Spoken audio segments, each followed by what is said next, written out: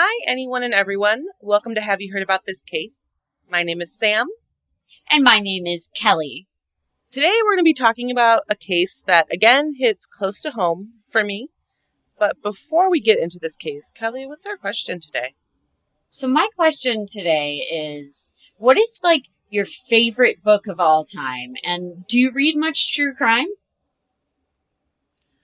Ooh, good question. So it kind of depends on the day. Mm-hmm. I kind of have, I think, three that I rotate through that I really love. One of them's The Shining, Stephen King. Mm-hmm. And then I love Scar Tissue by Anthony Kiedis. And I really love Storyteller by Dave Grohl. Oh, that book was awesome. Oh, it's so good. I highly recommend it for anybody. He's such an incredible writer. I agree. But yeah, those are kind of my three. Like, if I'm just in any sort of mood, one of those three will always make it better. And to transition into our case for today, do you read much true crime? I haven't. I want to get more into true crime. I'm an audiobook person. Mm-hmm. And just because, like, I'm always doing something, and I'm lucky enough to listen to books at work. Right. And I've discovered that there's not a huge selection of true crime books that come in the audio version. That's a bummer. Because, yeah, I do read most of my true crime as, hardback, regular books. Mm-hmm. Yeah, you loaned me that JonBenet Ramsey book. I don't remember what it's called. Yes, I'll think of it. I'll say it's in the other room. Otherwise, I would just grab it really quick. I I'm loving reading it. It's called We Have Your Daughter. It's called We Have Your Daughter. Yes, that's right. We Have Your Daughter.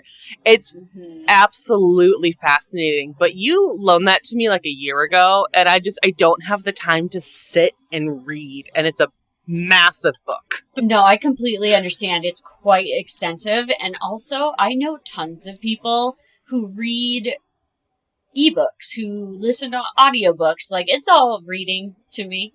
So I love an audiobook. I can listen to an audiobook in a day, maybe 2 days. It's a bummer they don't have more true crime on there. You do not know how badly I want that We Have Your Daughter book in an audiobook, because I'd be done with it. I would have been done with it a very long time ago, because it's fascinating. It is. I'm just not in a position to sit down and read frequently. No, you have a very busy, hectic job. You need the audiobook.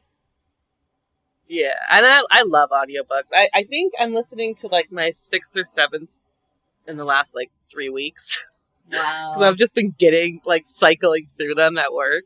Well, I understand. I'm in a bit of a book slump because I have had trouble just sitting down and focusing on reading right now.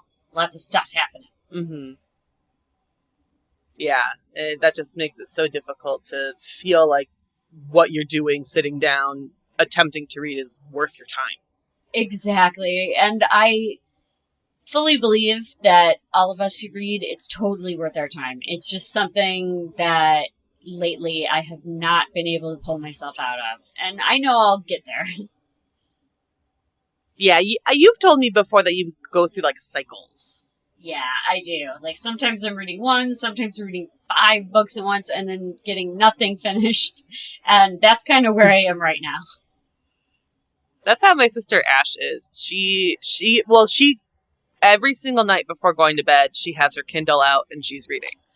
She doesn't go to bed without her Kindle.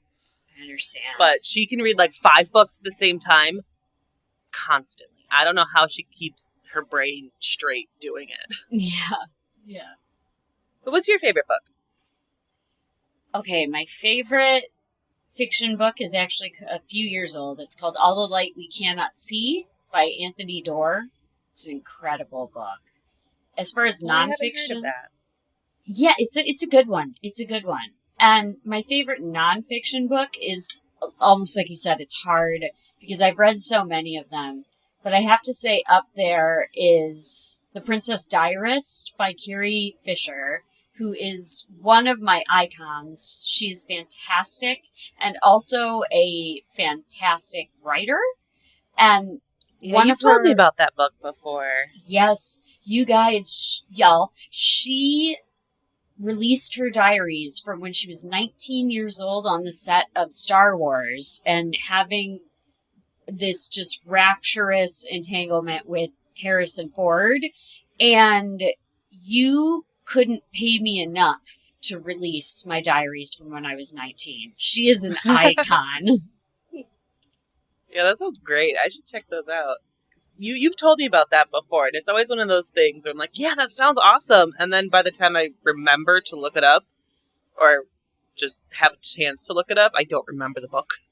But also, that Storyteller is a nonfiction book. And I also, again, would say that's so up good. there. That's up there with amazing books. Because Sam is right. He's just a great storyteller. You can tell he's been a lyricist and telling stories for quite some time. Incredible. Well, and his dad was a speechwriter. And so you can very much tell that comes into his writing. Mm-hmm. And also, I'll just add his mom's book, From Cradle to Stage. Another good by one. Virginia Girl. So good. She interviews mothers of famous musicians and just asks about how they nurtured the children to become a musician and how they helped them in that journey. And it's so good. Every chapter is a new mother. Mm-hmm. It's very good. But we should get into today's case. Right. I have given you the warning ahead of time that you're not going to be a happy person at the end of this one. Oh, no. You're going to get pretty heated. Okay. I'm ready.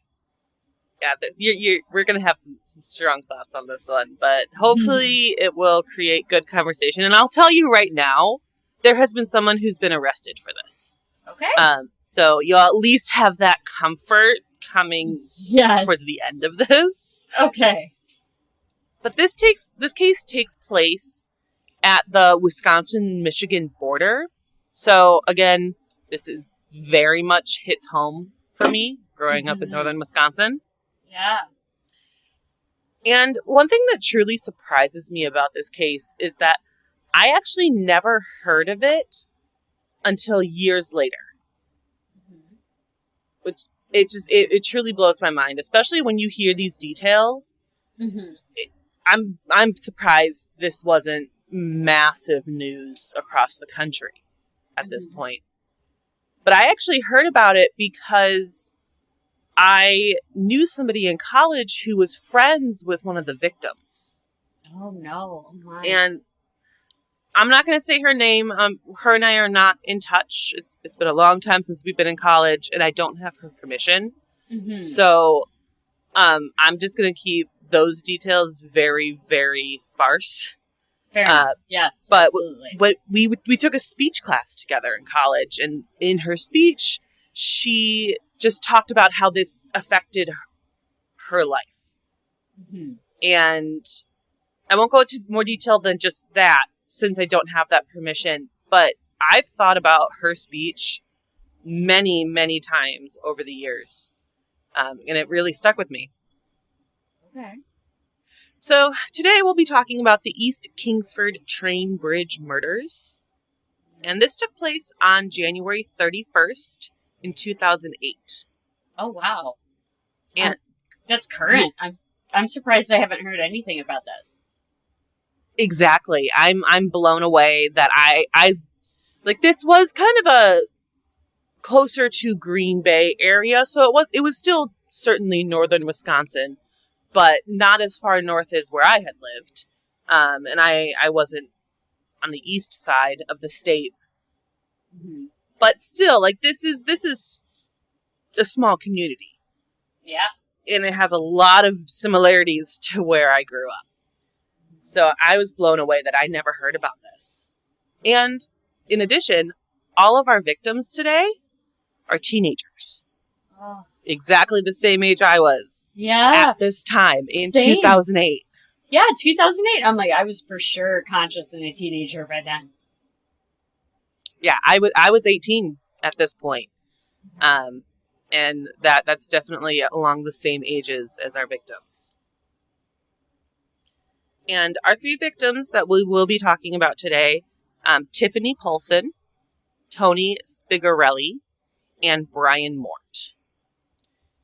And this was really just a very, very typical day in the Northwoods. These 3 teenagers, along with a handful of other friends, went down to cool down over at the river, have some summer fun. And I can tell you from my experience as a teenager in northern Wisconsin, you spend so much time on the water. Yeah. There's not much else to do, but there's so many lakes and rivers that's just kind of the place to be.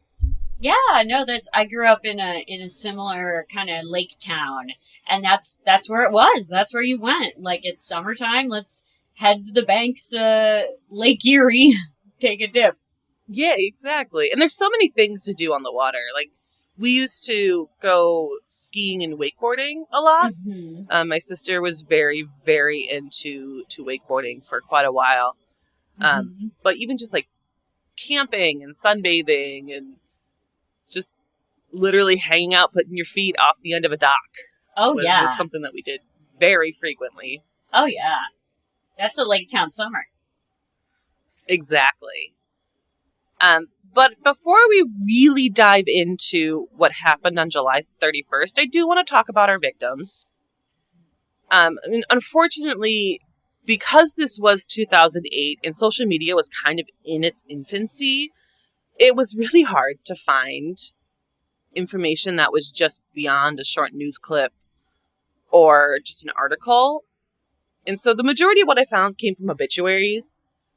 But unfortunately, as you know, obituaries are typically fairly short. Correct, yeah. So I wish I had more. I would love to be able to talk about their personalities more.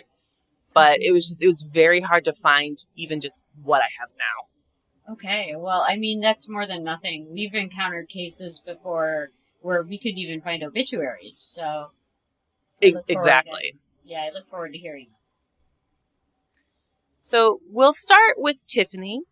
She was born on April 4th, 1991 in Norway, Michigan. Oh my goodness. And this is all up in the UP. It's almost your birthday. I'm so sorry. Yeah, it's just she's so close in age to me. That's awful. Yeah, just about a month younger than you. Yeah, it just struck me that I was like, this poor child. Sorry, go on.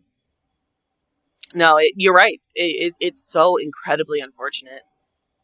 And in her obituary, it says that she very much loved her family. She spent as much time with them as she could. And that no matter what, she would always end a conversation and leave with a big hug and saying, "I love you." And it seems like that was always how she would leave. That's so sad and lovely. That's exactly how I try to end things on any occasion, especially with my family. Yeah, and I'm not entirely sure what her career goals were, but one thing that was really specifically called out within her obituary was how much she really loved to babysit. Mm-hmm. So I kind of just have the feeling that maybe she wanted to work with kids when she got older. I agree. It gives me that vibe that she was caring enough that she may have been able to work with a lot of children and teach them a lot of stuff. God, how awful. Mm-hmm. Exactly. And then in Tony's obituary, there's a little bit more information, but he was born on October 5th, 1989 in Iron Mountain, Michigan. And he had just graduated from high school the month before he was murdered. Oh. He was planning on attending Bay Du Nord College in the fall for engineering. Oh. And during the summer, he would like to work with his family business, Spigarelli Excavating. And he was also incredibly close to his family. Tony, his sister, and 2 of their cousins were referred to as the 4 Musketeers when they were kids because they were all best friends. Oh, mercy. That is I'm sorry. It's a tough one, y'all. That's the Four Musketeers. Right. And that's just adorable. And And having a relationship with siblings and cousins is so important, in my opinion. Yeah, absolutely. And just to know that he was the month before he had just graduated. Didn't even get it. Mm-hmm. And then our last victim, Brian, was born on May 17th, 1989 in Red Cliff, California. And I'm not entirely sure when he moved to Iron Mountain, Michigan. I'm assuming teenage years, because they did mention while he was in California, he took part in a BMX racing team and that he also raced motorcycles. So I would assume teenager at that point. Yeah. But he loved sports. He particularly loved football, basketball, wrestling, and baseball. And he graduated from Kingsford High School in Kingsford, Michigan, with an honor scholarship and was scheduled to start college within a month of his murder at the University of Northwest Ohio. And similarly, he was very close to his family, and he had actually 3 nieces and 3 nephews that he really loved spending time with. And so it sounds like he was a really great uncle. Yeah.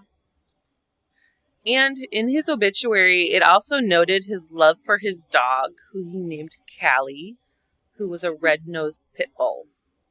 And I looked up just like pictures of red-nosed pit bulls, and they're so cute. This is all of them. All of them just seem so relatable and tragic. Just somebody's favorite Uncle Brian, and a man who loved his dog, and to hear what we're about to hear is so sad.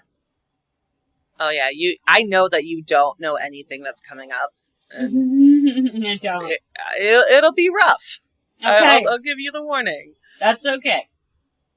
So now let's get into the events of July 31st, 2008.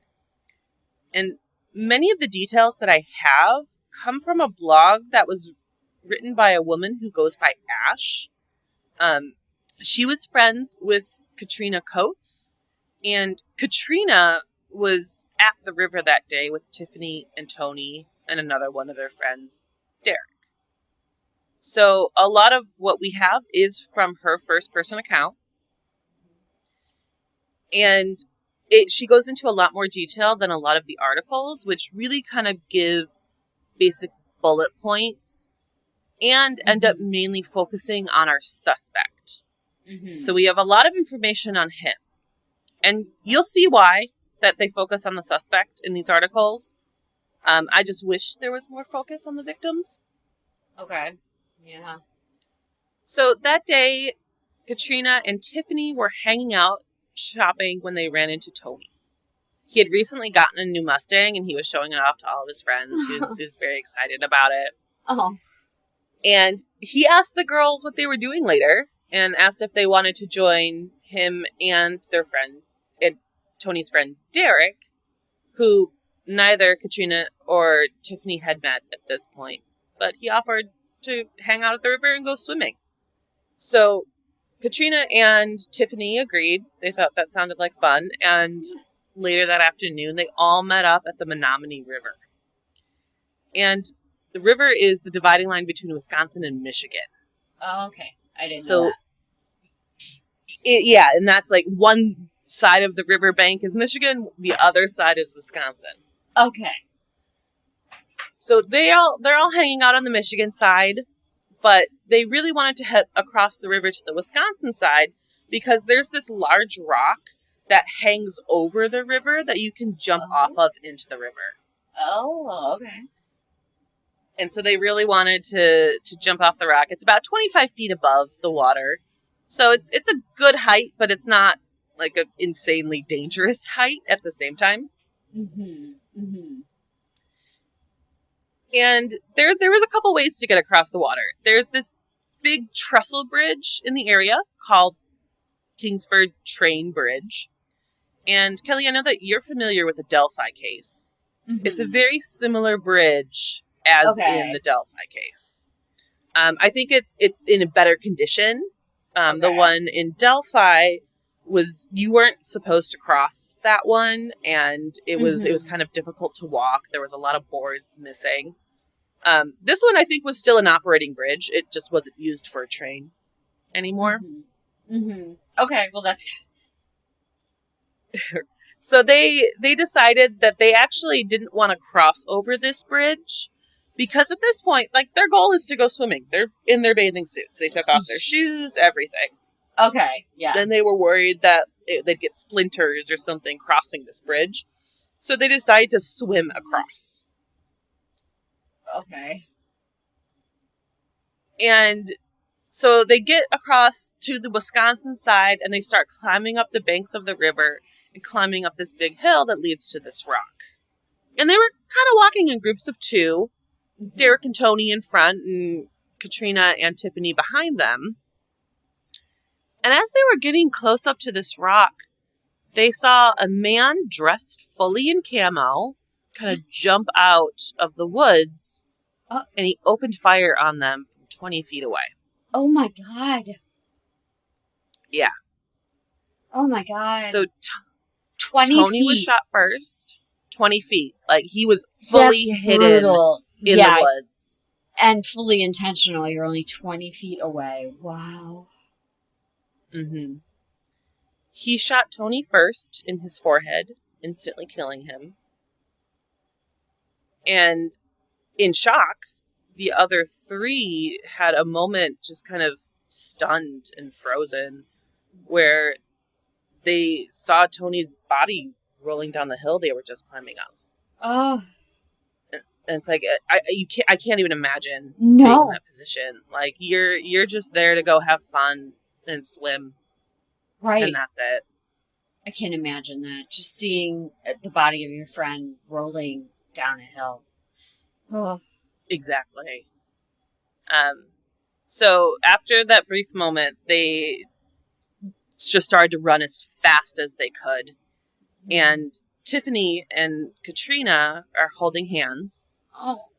Just trying to get away. But they only got about 15 feet before Tiffany was shot in the back of the head. Oh. God. Those poor two girls. Oh, I know.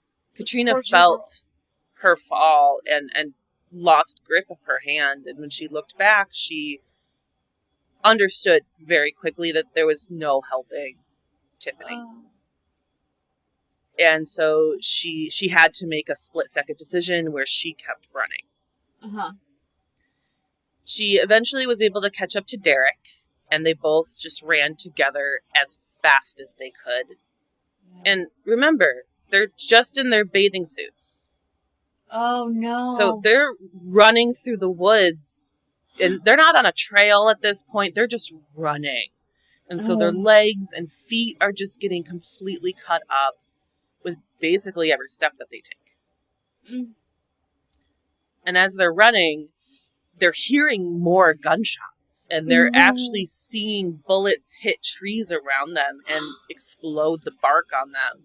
Oh, and they just know that they have to keep going. Oh my God. They ran for about 2 miles, just straight through about 2 miles. Wow. Before they took a brief moment to stop. And at this point, Katrina she wanted to be done. She wanted to find a place to hide and just lay low. Yeah. But Derek convinced her to keep going. He didn't feel like that was a good idea. He was still worried that this person was behind them. And so he convinced her to keep going. And he told her that he refuses to leave her behind, which kind of got her back up so that they could try to find good shelter. And they came across this old shack, and they debated checking it out to see if it could be a good hiding spot, but they eventually decided just to keep going because they ideally want a phone at this point. Yeah, I'm not sure if they didn't have phones, because this is 2008. Good possibility they didn't have cell phones. And they're going to the beach, so everybody might have left their phones behind. Exactly. And if they had their phones, there's a very good possibility there'd be no cell signal. Oh, yeah. Cell signal was very spotty in northern Wisconsin and the UP at this point, because cell phones weren't super, super common. Like, my family, we each had cell phones, but it was, like, we could only use them, like, half the time. Mm-hmm. Yeah. So they decide to go past the shack, and they came across a house. As they got a little bit closer to it, they realized that there were no cars in the driveway. So they assumed that nobody would be home. Mm-hmm. And again, they had to make a decision. Try to get inside or keep going. Right. And they again made the decision to keep going. They wanted some reassurance that they could get into a house and actually be able to make these calls. Yes, and someone would be there. Exactly. So they come across now a second house. And this is about 3.5 miles away from where the shooting happened. So they really just ran. Right. Got as far away as they could. Exactly. And so they come up to the second house. They see a car in the driveway. That's a great sign. Mm-hmm. They go up to the door, and Derek starts to knock kind of politely. And in this interview that Katrina does, she kind of makes a joke where she's just like, I just barged in. Like, no knocking, just go. Right. And she also makes a joke saying, like, oh, if she couldn't get into the house, she would have just stolen their car. And the interviewer is like, well, do you know how to hotwire? Like, she made another, she kind of elaborated a little bit in that joke, saying that this is Northern Michigan. Everyone leaves their cars in their ignition, leaves their keys in the ignition of their car. Mm-hmm. Like, no one locks the door. And I can tell you, like, that's basically true. Like, I think things have changed in recent years with the interest in true crime. Mm-hmm. But I can tell you, she's not wrong. But they did get into the house. And it was owned by a couple who were in their 60s or 70s. We don't have their names. But Katrina says that the husband was in the living room reading the paper, while his wife was making spaghetti in the kitchen. And imagine being this couple and having these two kids just literally barge in your door in bathing suits, bloody. Yeah. Freaking out. Like, losing, like, exactly. Telling you they're in danger. Well, Katrina immediately, when she got in, started locking the doors, checking the windows, closing the blinds, not really saying anything. She said that even if this couple was trying to talk to her, she doesn't remember hearing it. She was just in this panicked zone trying to secure the building. Right. So she grabbed the phone, and she also, the next decision she made was to call her mom before calling police. Okay. And she talks about it as it's like she just really needed that comfort to get herself on a slightly calmer level. Which I understand. She's a kid herself. She's the same age as Tiffany, and they're about to enter their senior year of high school. Like, she's very young. Yeah. And while she's on the phone with her mom, which it sounds like it was a very short call, so it's not like she was like necessarily wasting time before contacting 911. It was very short. She basically just told her mom that her friends were shot and that she's scared and she wants her mom to come and find her. She didn't know where she was. Oh, gosh. She just said that she crossed the river and she was running and she ended up at this house. But while she's on the phone with her mom, the woman, the wife from this house, grabbed a washcloth with warm water and started to try to help clean the blood off her legs and clean her wounds. So then they call the police, and the police advises them to get into the basement, not open the door for anyone. So that when the police got there, what they actually did was they just broke down the door of this house so that there was no risk of them coming up to whoever was shooting at them before. Yeah. And this sounds like it, like, obviously all of this is incredibly traumatic for Katrina. Yeah. But this was also particularly traumatic because this SWAT team's coming in with the rifles. Oh, God. And she was just shot at with a rifle. So she takes note in this interview saying that, like, this was very terrifying to have the police come in this way. Yeah. But at the same time, I understand why the police did that in that way. Yeah. I totally agree. Because they're like, there's an imminent threat, and we don't know if this person has followed them. And we also don't have the 911 data for them to hear her say, like, he's following me, he's after me. So who knows? They might have come in. Yeah, they may have come in and found him torturing them, or who knows what. Well, and you don't want to put her or anyone else in this position of opening the door for him on accident. Yes, absolutely. So I kind of want to jump back a little bit and back to the river. Mm-hmm. So as Katrina and Derek are running away and the shots are being fired, still in the direction, this man who is shooting at them kind of realizes, like, they're gone. So he actually starts to target another group of swimmers who are teenagers who are just a little bit further down the river. And this is when he murders Brian Mort. No. He shot and killed him. He shot twice and hit him in the head and the chest. Oh. And then another one of his friends was also shot, Daniel Gordon. And all of the newspapers that mention Daniel Gordon report his injuries as minor. So I'm assuming this is more of a graze wound. He did survive.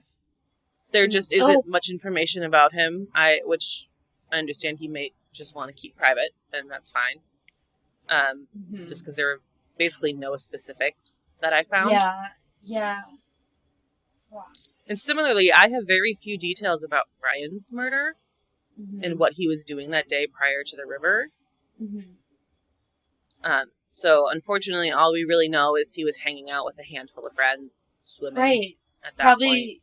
Probably doing the same exact thing we have mentioned before, like as Lake Town kids, you know? You're just enjoying the beach. Maybe you got a pool floaty. Maybe you got, an umbrella, and you're just trying to enjoy the local area, and this happens. Yeah, I can't imagine. Like, as I was saying earlier, I spent so much time on the water. Like, I was in positions just like this so many times as a kid.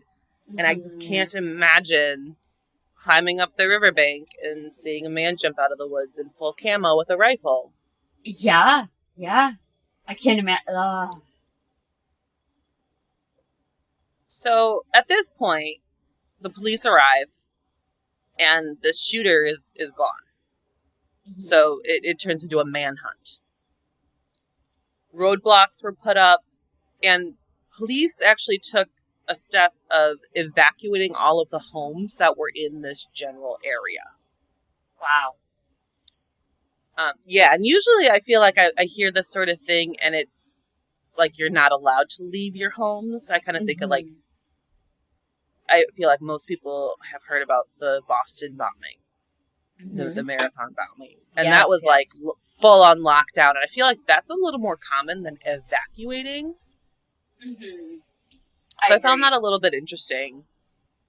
Yeah, one time when there was a murder that happened in a neighborhood close to where my parents were, and they had they'd basically cordoned off the whole street, and they had done exactly what you mentioned to tell everyone, do not leave your homes. Yeah, I feel like that's just what you hear more frequently. But I'll tell you, in this case, it doesn't yeah. really matter. Like, he wasn't in those homes. We'll get to where he was, but... Okay, sorry, go on. It doesn't... No, you're fine. Either one wouldn't have benefited them in this specific case. But at this point, Katrina's mom is trying to get to her. Oh. She knows that she's in this general area, and she's just trying to find her daughter who called her out of sheer panic. Right. But she unfortunately couldn't get to her because of these roadblocks. Oh, God, that poor woman. So she was just kind of like waiting and trying to get through. But also because there was just like no confirmation of anything at this point. They didn't really know what was happening. They didn't specifically know that Katrina is a victim in all of this. They just, I think that they didn't really know names and like the fact that she was really her mother, and just, everything happened so fast. Yeah.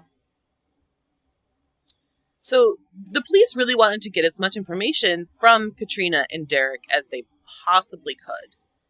And it became apparent pretty quickly that Tiffany and Tony's murders were done at a very close range.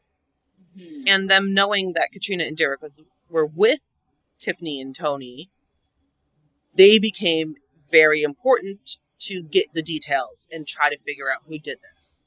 Yeah. So they wanted to separate the two of them, but Katrina absolutely refused. She really needed that comfort of Derek by her side, which I totally understand. But I also understand wanting to separate them. Yeah, I understand the standard procedure, of course, but it sounds, I mean, they're very young and they've just been through something very traumatic. I wouldn't probably choose to leave that person's side either. Exactly. So around midnight that night, the police show the two of them a photo from 1989 of a man named Scott Johnson. And immediately Katrina knew that this was the man who shot her best friend. So a handful of hours later, at this point, her mom is able to arrive. And it's 5 a.m. Oh, gosh. Well, the mom got there, thank goodness. But also, just the trauma of having to be like, yes, that man shot my best friend. Like, my heart hurts. And they were holding hands, you know? Like, I'm sorry. Yeah, Go on. Also, Tony was Katrina's first boyfriend as well. So at this point, they were just good friends. But this man had shot her best friend and her first boyfriend. And I can't even imagine. No, that's terrible. Anything that Katrina has gone through. Yeah. But her mom arrives at 5 a.m. And she was able to go home fairly quickly after that. Good. But then by 7:30 a.m., they got the news that Scott Johnson had surrendered and come out of the woods. Oh, he was still in the woods. Oh, yeah, because he went back and attacked. Still in the woods. So he was thinking about, who knows what he was thinking? Maybe thinking about attacking someone again. Oh, I'll get there. Oh, okay. That's what you're going to get angry about. Okay, here we go. So let's give a little bit of background on Scott Johnson, because none of this is going to make sense. Like, I will tell you that right now. But maybe you can get the littlest tiny bit of insight from his background. Yeah. He was born and raised in Iron Mountain, Michigan. And he graduated Kingsford High School in 1989. So the photo that they showed Katrina was actually his yearbook photo from 1989. Oh, wow. And it sounds like around this time is when Johnson himself believes that his own life started to go downhill. He was in his senior year of high school when he cheated on his girlfriend, and in turn, she broke up with him. Well, you don't want no scrubs. Yeah, like cause and effect. Yes, exactly. Your actions, their consequences. But according to him, she was truly the love of his life, and he was incredibly devastated when they broke up. And my tip, don't cheat. So. Yeah. She was the love of your life, like, pal. Well. And he actually says that the guilt of him cheating still weighs on him. Okay, well, like... Yeah. I don't care, Scott. I don't care. I don't give a Coca-Cola's flat end that you feel bad about that. Suck up. Yeah. Just wait. Okay. We still got a long way to go.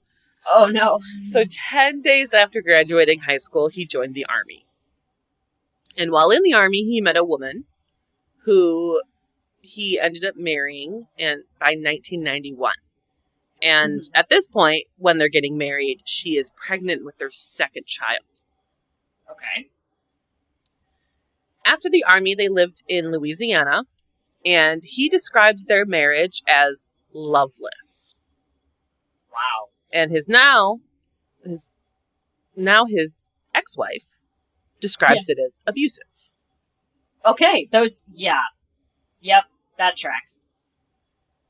So in 1999, the two of them had a really big fight. Johnson had left his daughter alone in the backyard, and he and his wife came home and just was incredibly upset about this. Young child left alone. Yes, that's upsetting. During this, understandably, she's upset. Yeah.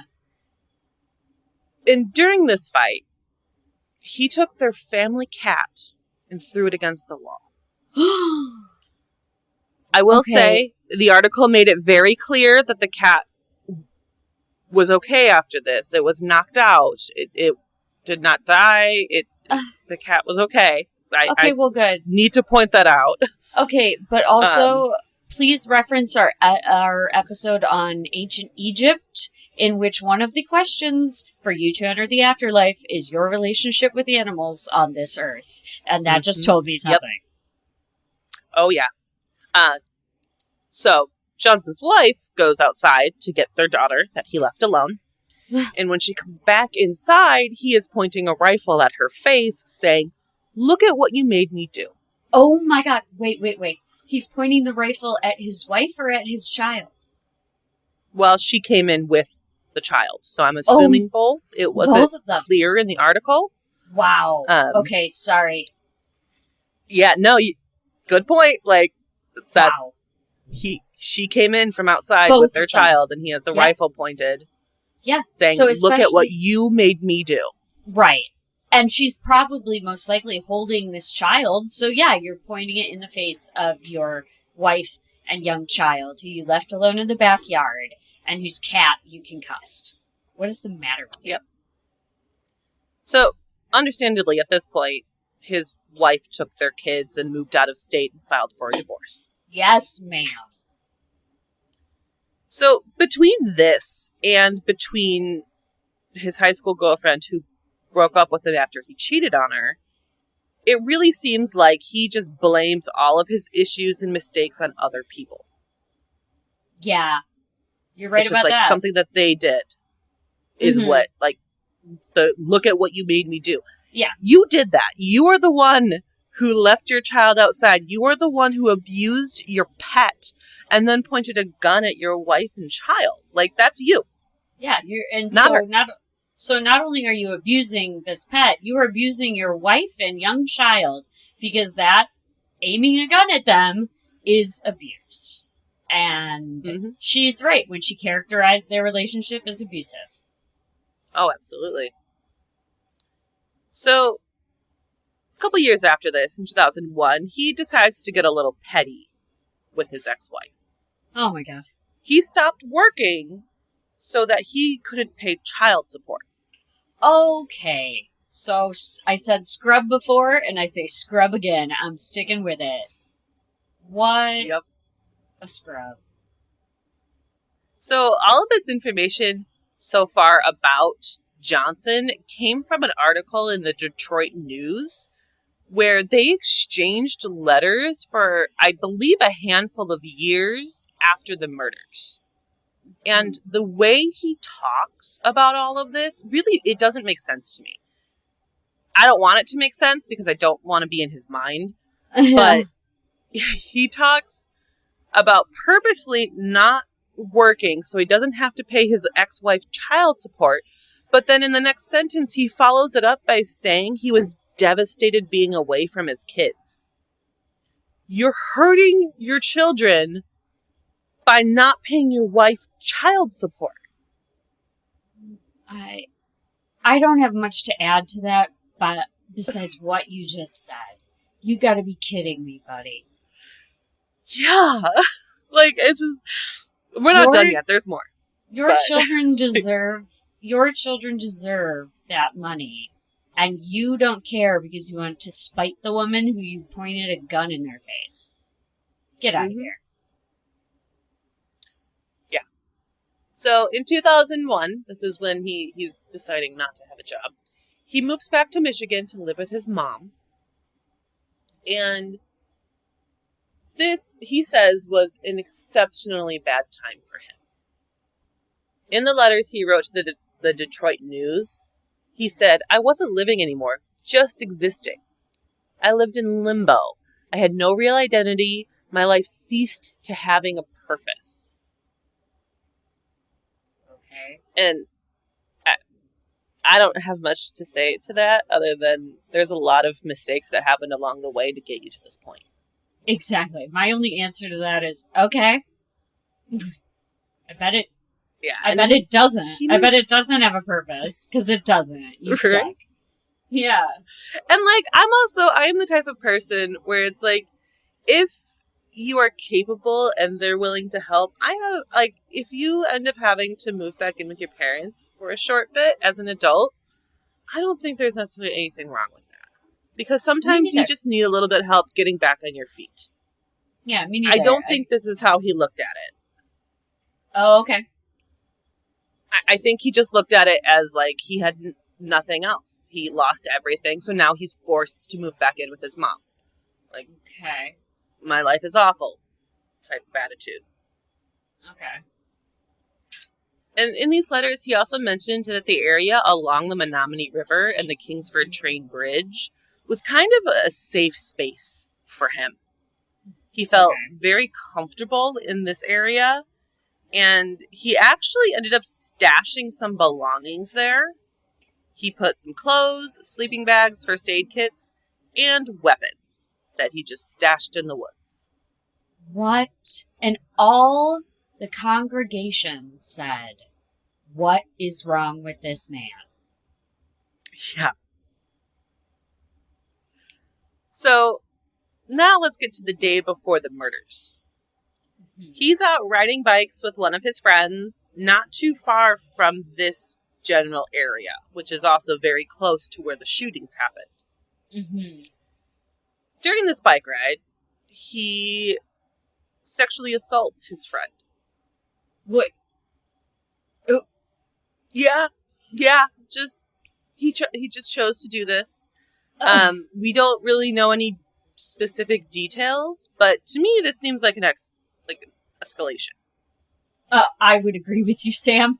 I think that is an escalation. Like, we don't really know a lot of the specifics that happened between him and his wife. Mm-hmm. It is possible there was sexual assault involved in their relationship, but I didn't see that reported anywhere. Yeah. Or he just took his frustrated, angry emotions on not getting what he wants into escalating to hurting people.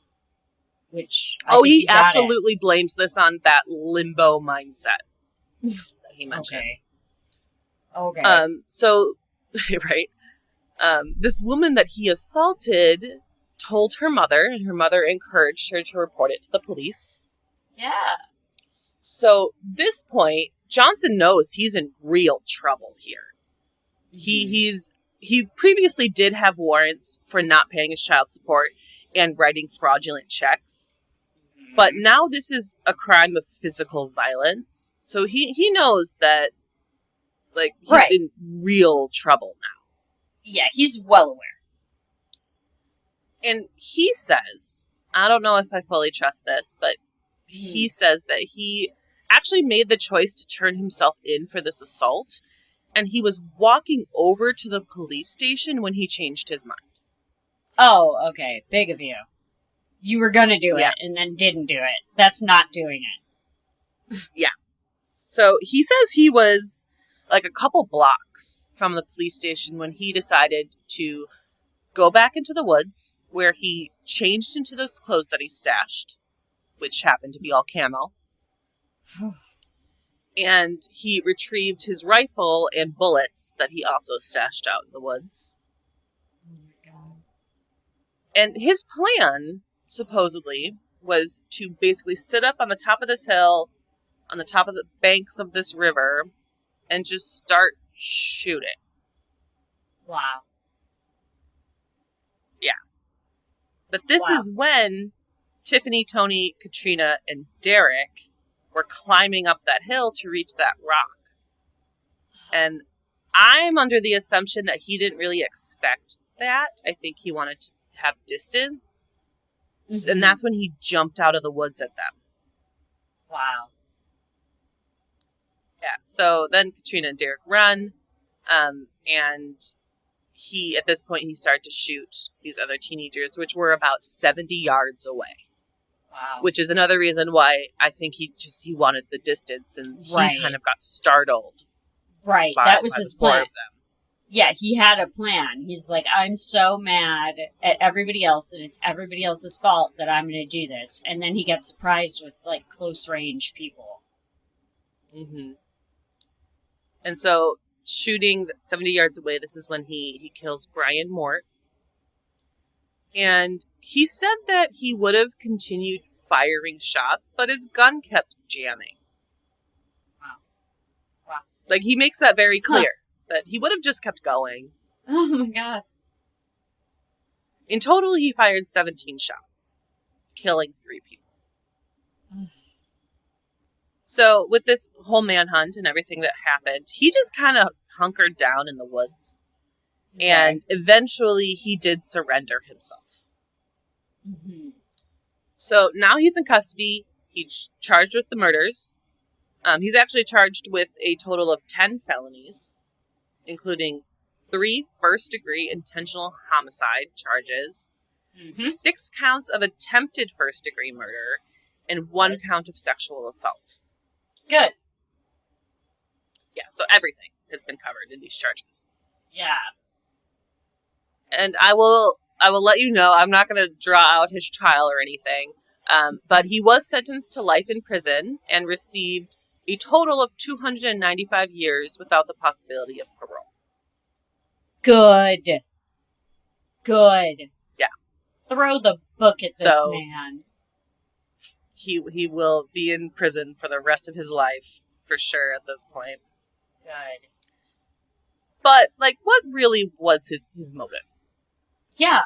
And he's a talkative man, so he said a lot of different things. To my conclusion is there really wasn't one. But he kind of said that he wanted to go, quote unquote, a bang. Wow. At times he mentioned that he wanted to die suicide by cop. At times he said that he wanted to spend the rest of his life in prison. He mentions during a police interview that he was using the teenagers as bait to get cops around so he could start killing cops. Oh my God. Like, he kind of just says, I think, whatever comes up in his head and just blurt it out. Yeah. Yeah. To just anything that... But it doesn't even sound like he's justifying, because he's like, I only killed these 3 people because I wanted to kill more people. Like... Oh, just wait.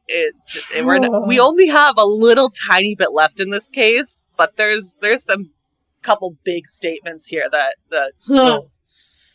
all right. He says during an interrogation, which I'll link a video to it because Associated Press did do a little clip of it, saying that he deserves to be killed by a firing squad. He does. Now, but- Wisconsin doesn't have the death penalty, so he can't be. But he's okay. like, yeah, I deserve it. Yeah, you do. But you're right. You're just going to sit here. Right, exactly. And in that same interrogation video, he mentions, he goes, my only power in this world is to take. Just take away. And then he just kind of shrugs. And at this point, he's referencing, like, my ability is to take the lives of these other people. That's what he's saying. Yeah. And even if it weren't something that dramatic, hearing somebody say, my only purpose in this life is to take away, you know immediately, like, okay, this person is profoundly awful. Because all you want to exist to do is take other people's reasons for living, probably. I imagine all of these people may have had living parents, and even if they didn't, they have living family members that you took them from, because that's all you can do. Get to therapy, dude. Address that. And now I'm glad you won't be able to. Well, yeah. Be ready for this next statement. Okay. He later compares the murders to spilling a glass of milk.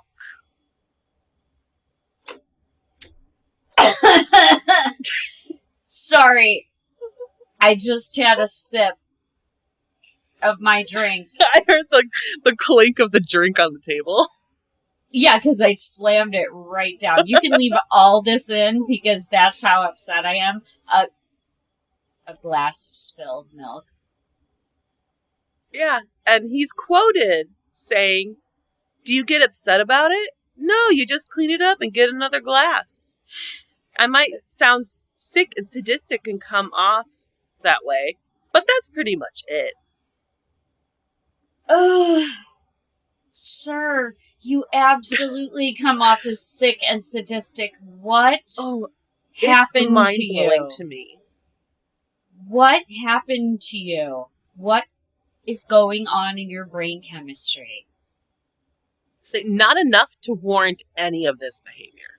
No. You know what it's enough to warrant is 295 years without the possibility of parole. Right? And with all of this, he also refused to give the apologies to the victims' families. I need a pillow to scream into. Oh my god. Oh. Okay, yeah. Go on. Go on. I'm sure it's worse. So, if asked if he ever would apologize, he said, I don't care what they think. Anyway, considering the act I did, an apology would just come off as weak, you know? What? Yeah, what? He doesn't want to look weak.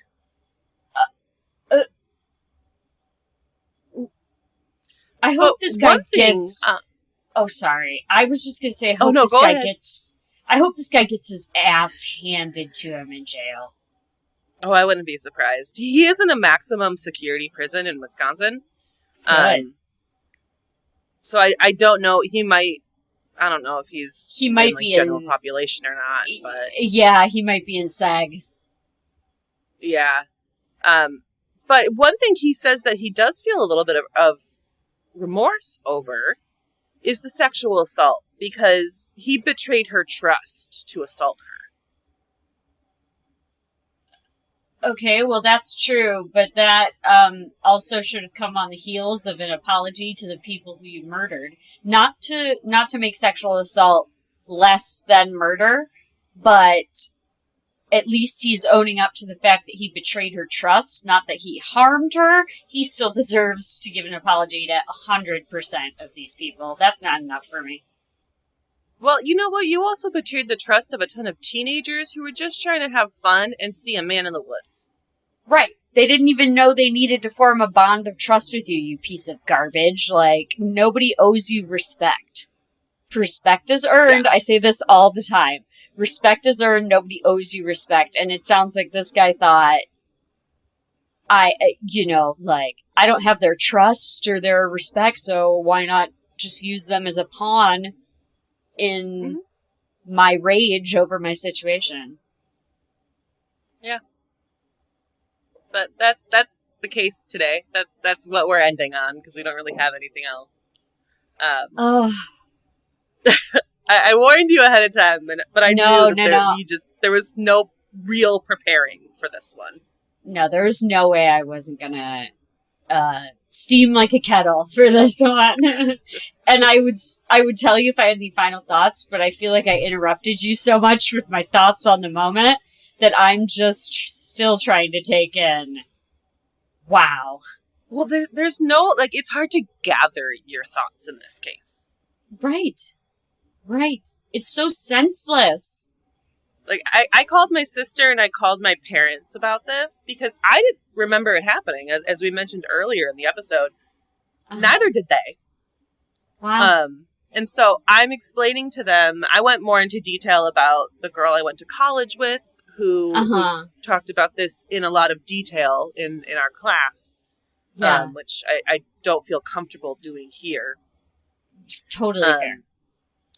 And they were just blown away. And that was before I, like, dove into my research. I was just talking off of memory from, like, 10 plus years ago.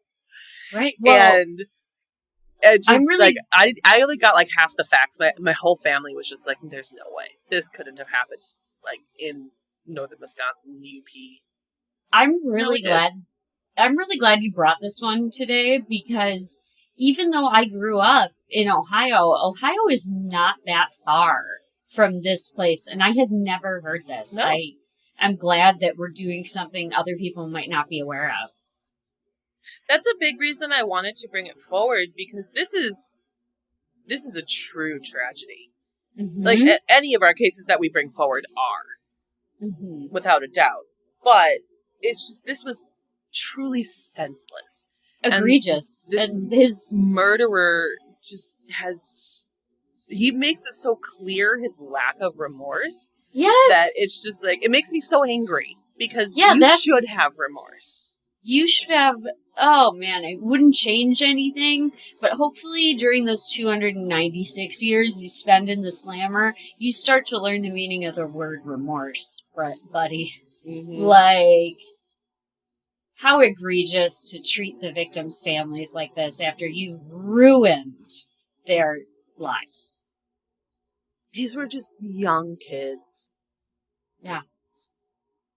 They had so much ahead of them. Absolutely. 2 of them were on their way to college. One of them was, she hadn't even made it there yet, Yeah, she was about to enter her senior year of high school. So young. She didn't even get a chance to plan out her future, and then these other 2 had future planning on the horizon, and you destroyed all that, and you don't give a crap. And for that, you deserve to spend the rest of your days learning how to give a crap and then thinking about it. Unfortunately, I have absolutely no hope that he will ever have remorse for these crimes. Yeah, I'm comforted only by the fact that he will be in the prison system until he dies. That is the only thing that I'm comforted with. And I'm very, very, very slightly comforted with the fact that he turned himself in and he was caught quickly. Yeah. Because that could have gone in a very, very different direction. Yeah, and for the family's sake, at least they immediately knew who did this, and they weren't in immediate danger anymore, even though they'd lost their teenager. Mm-hmm. But that is all that we have today. So thank you so much for listening to Have You Heard About This Case? If you liked this episode, please leave us a review on Apple Podcasts.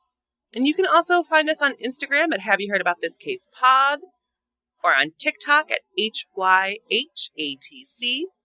or you can email us at haveyouheardaboutThisCase@gmail.com.